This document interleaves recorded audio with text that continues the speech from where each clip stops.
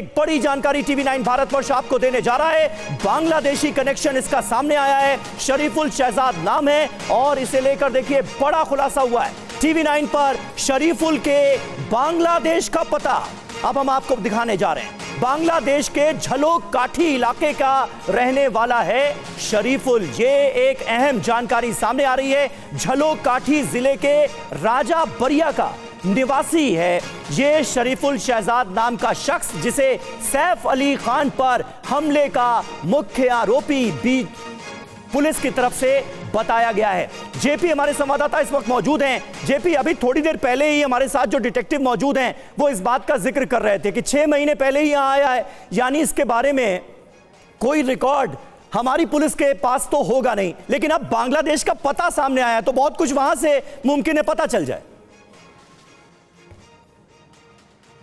जी बिल्कुल समीर, और ये मैं आपको बता दूं, ऐसा फ्रूट जो खेती को बना दे सुपर हिट। ड्रैगन फ्रूट उगाओ और ज्यादा पैसे कमाओ। अभी डाउनलोड करें फ्रीडम ऐप और सीखें ड्रैगन फ्रूट की खेती। कि बांग्लादेश में इसका नाम क्या था। बांग्लादेश में इसका नाम मोहम्मद रोहिला अमीर फकीर, उम्र 30 साल, और ये रहने वाला राजा बारिया, थाना नौल सिटी, जिला झालोकाठी, बांग्लादेश।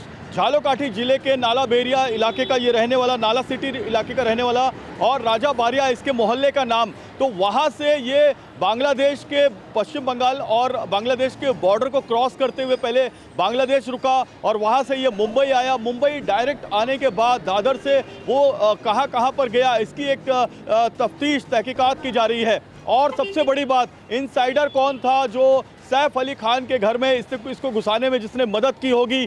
सैफ अली खान के घर में जैसे मुंबई पुलिस का कहना है कि पहली बार ये गया, अगर ये पहली बार गया तो पहली बार में इसको कैसे मालूम कि लिफ्ट से नहीं सीढ़ियों से जाया जाता है। डक की जो सीढ़ियां हैं वो ऊपर की तरफ जाती हैं। Saif Ali Khan 10th, 11th, 12th floor पे उनका ट्रिप्लेक्स फ्लैट है और ये ट्रिप्लेक्स फ्लैट के ऊपर उनका स्विमिंग पूल है 13th फ्लोर पर, जहाँ का जो ऊपर का टेरेस है वो खुला रहता है। तो टेरेस के दरवाजे से वो अंदर कैसे आया, क्योंकि मेन डोर सैफ अली खान के 11th फ्लोर का बंद था और ये 11th फ्लोर पर पहुंचा। वहां पर ये जो लीमा नाम की नौकरानी है उससे ये हाथापाई करने लगा।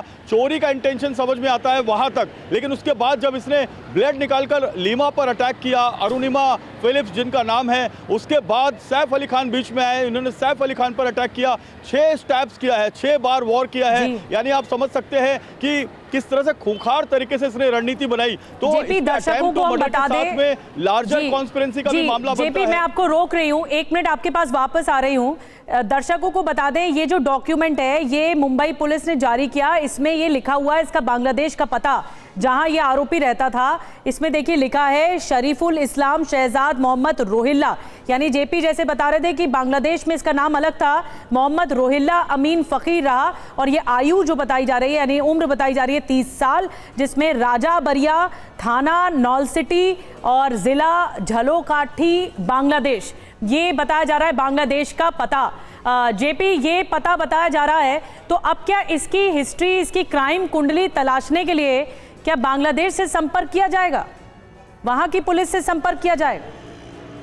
बिल्कुल किया जाएगा, बिल्कुल किया जाएगा। और जो दो देशों के बीच का जो पुलिस से बात करने का तरीका है, थ्रू एम्बेसी और थ्रू जो है बांग्लादेश सरकार, ये जरूर पता लगाया जाएगा कि वहाँ पर इसके खिलाफ कितने क्रिमिनल केसेस हैं।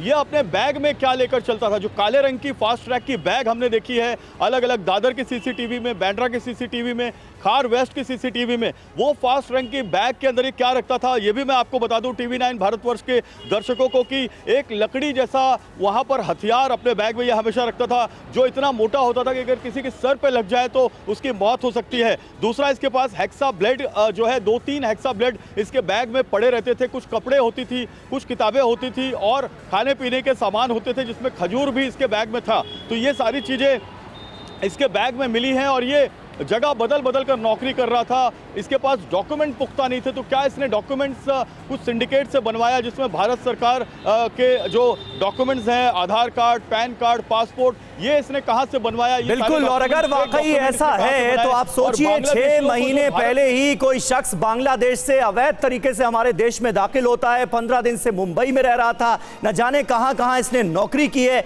विक्रम सिंह साहब, ये सब बातें कितनी चौंकाने वाली हैं, डराने वाली हैं हम सब के लिए, सारे भारतवासियों के लिए चिंता का सबब हैं। और ताज्जुब इस बात का भी होता है कि एक ऐसा शख्स जो अवैध तरीके से हमारे देश में रह रहा है, मुंबई में रह रहा है, उसकी इतनी हिम्मत हो जाती है कि सैफ अली खान के सेफ एंड सिक्योर माने जाने वाले अपार्टमेंट में घुस जाता है, उनके घर के अंदर दाखिल हो जाता है बड़े आराम से और उन पर जानलेवा हमला भी कर देता है।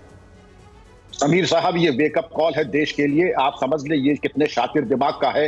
ये वो हथियार लेके चलता है, लकड़ी का कुंदा और हैक्सॉ ब्लेड, कि अगर कहीं तलाशी हो भी जाए तो साहब मैं तो मिस्त्री आदमी हूं, ये लेके चलता हूं अपनी मिस्त्रीगिरी के काम में। तो इसकी शातिर दिमाग की और technological intelligence, polygraph test, lie detector, ये तो होगा ही होगा। बांग्लादेश से पता लगे, लेकिन जो आपने कहा हर इलीगल बांग्लादेश माइग्रेंट और हर रोहिंग्या जो भारत में है, टिकिंग टाइम बॉम्ब है। मैं फिर कह रहा हूं, टिकिंग टाइम बॉम्ब है। अभी जो सैफ के साथ हुआ है, ये हमारे आपके साथ, किसी के साथ कभी भी कर सकते हैं, क्योंकि इसके दिमाग में अपराध है, इसकी दिमाग की वायरिंग पूरी तरीके से आपराधिक प्रवृत्ति से ओतप्रोत है।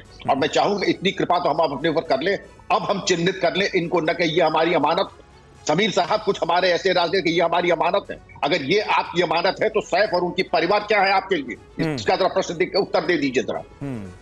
जी